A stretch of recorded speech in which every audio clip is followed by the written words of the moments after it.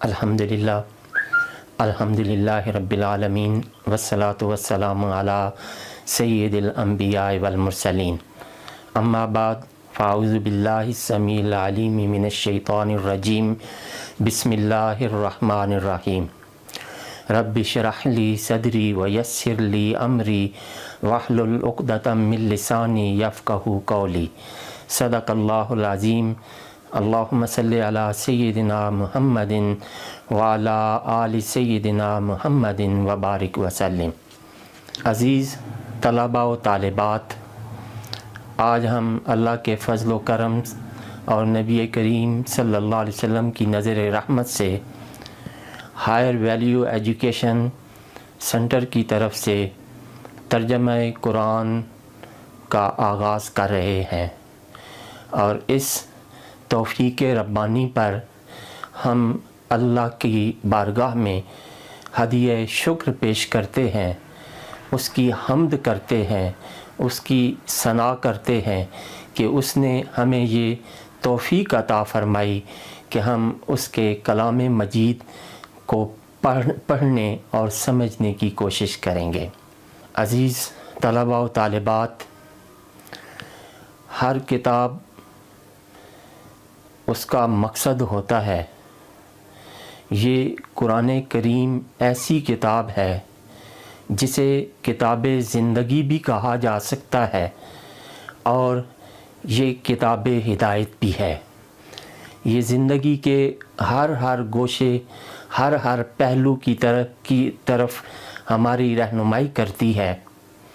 ہم زندگی کا کوئی پہلو لیں اور اس سے قرآن کریم سے رہنمائی لینا چاہیں تو یہ قرآن پاک اس رب ذوالجلال والاکرام کی لاریب کتاب ہمیں اس میں رہنمائی عطا فرماتی نظر آتی ہے۔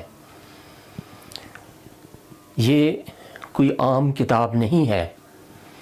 جب ہم اس کتاب کو پڑھیں گے تو اس کے لیے ضروری ہے کہ ہم اس کتاب کے نازل کرنے والے رب ذوالجلال والاکرام کی ہیبت و عظمت کو ذہن میں رکھیں۔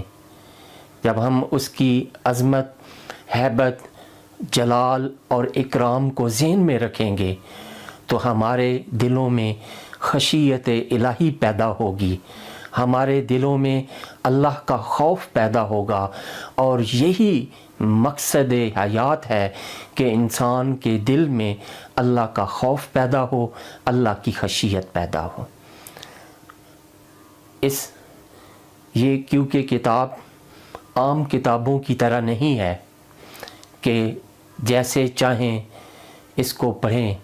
اس کے آداب ہیں، اس کے پڑھنے کے، اس کے سننے کے، اس کے سنانے کے آداب ہیں۔ اس لیے اگر انسان ان آداب کو ملحوظ خاطر رکھے تو اللہ کی بے پایاں عنایات اس پر وہ کثرت سے وارد ہوتی ہیں، پر کثرت سے ان کا نزول ہوتا ہے۔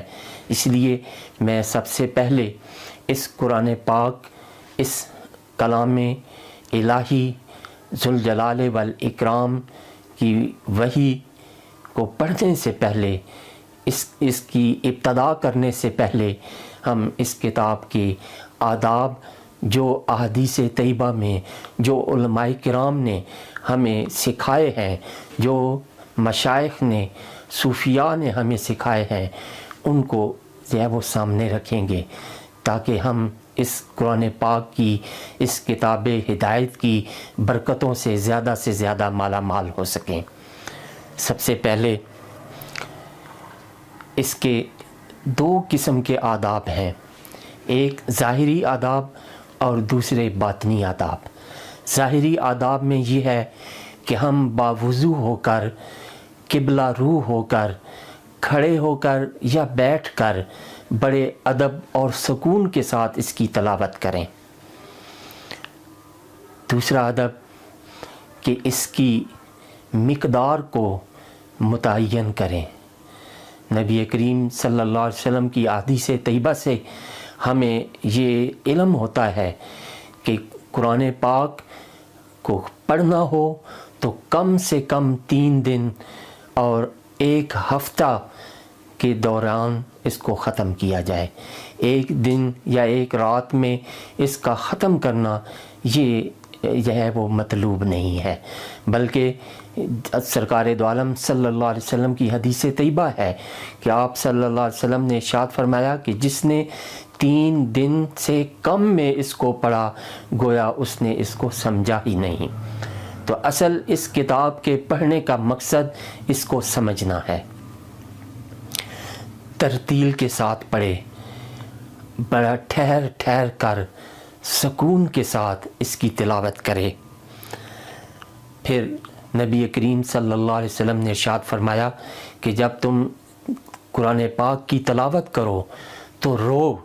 اگر تم نہیں رو سکتے، تمہیں رونا نہیں آتا، تو پھر رونے والی شکل بنا لو، تاکہ رونے والی شکل اللہ کو پسند ہے اور اللہ کریم رونے والوں پر اپنی رحمتوں اور نوازشوں کی بارش فرماتا ہے. اسی طرح اس کے آداب میں ہے کہ آیت کا حق ادا کیا جائے، کہ جب سبحان اور تسبیح و تکبیر والی آیت ہو تو سبحان اللہ اللہ اکبر کہا جائے. جہاں مغفرت کی آیت ہو وہاں مغفرت طلب کی جائے. جہاں گناہوں اور عذاب کا ذکر ہو وہاں اس سے اللہ کی بخشش اور اس سے پناہ طلب کی جائے. اور جہاں اللہ کے انعامات، اس کی نعمتوں کا ذکر ہو وہاں اللہ کا شکر اور اس سے وہ نعمتوں کے لیے دست سوال دراز کیا جائے. تلاوت شروع کرنے سے پہلے اعوذ باللہ السمیع العلیم من الشیطان الرجیم پڑھا جائے. اسی طرح قرآن کریم کو درمیانی آواز میں پڑھا جائے، نہ اتنی اونچی آواز سے پڑھا جائے کہ لوگ جو ہے وہ ڈسٹرب ہوں، اور نہ اتنی آواز دھیمی ہو کہ جو ہے وہ خود بھی نہ سن سکے. تو اتنی آواز پست ہو کہ وہ خود جو ہے وہ سن سکے. اسی طرح سرکار دو عالم صلی اللہ علیہ وسلم نے ارشاد فرمایا زینوا القرآن باصواتکم، کہ خوش الہانی سے پڑھا جائے. قرآن پاک کو خوش الہانی سے پڑھا جائے. یہ سرکار دو عالم صلی اللہ علیہ وسلم کا ارشاد ہے. یہ وہ آداب ہیں جو اس قرآن کریم کے ظاہری آداب ہیں، اور اس کے باطنی آداب دل و دماغ کو حاضر رکھ کر اور اس میں اللہ کریم کی عظمت و ہیبت کا تصور کر کے اس قرآن پاک کی تلاوت کی جائے، اور حضور قلب سے اس کی تلاوت کی جائے. یہ نہیں کہ انسان تلاوت کر رہا ہو اور اس کا دل کہیں اور گھوم رہا ہو. غور و فکر کیا جائے، اس کی آیات میں انسان غور و فکر کرے. جہاں تخلیق کائنات کا ذکر ہے، مظاہر فطرت کا ذکر ہے، اللہ کی نوازشوں، اس کی عطاؤں کا ذکر ہے، تو انسان جہاں جو ہے وہ عبرت کا ذکر ہے وہاں عبرت حاصل کی جائے. اللہ کے انعامات کو طلب کیا جائے اور اس میں غور و فکر کیا جائے. اسی طرح نفس نفس کی پیدا کردہ خواہشوں، مصلحتوں اور جو ہے وہ غلطیوں، ان سے جو ہے وہ دور رہنے کی کوشش کی جائے، ان کو اپنے پاس نہ پھٹکنے دیا جائے. اسی طرح جو ہے صرف اپنی فہم و ذکا پر جو ہے وہ بھروسہ نہ کیا جائے، بلکہ اپنی فہم و ذکا کے ساتھ جو ہے وہ اللہ کی توفیق پر اعتماد کیا جائے کہ اللہ کریم کی توفیق سے میں اس کو پڑھوں گا یا پڑھوں گی، میں اللہ کی توفیق سے اس کو سمجھنے کی کوشش کروں گا. اللہ کریم ہمیں ان قرآن پاک کے ظاہری و باطنی آداب کو بجا لانے کی توفیق عطا فرمائے. وآخر دعوانا ان الحمد للہ رب العالمین.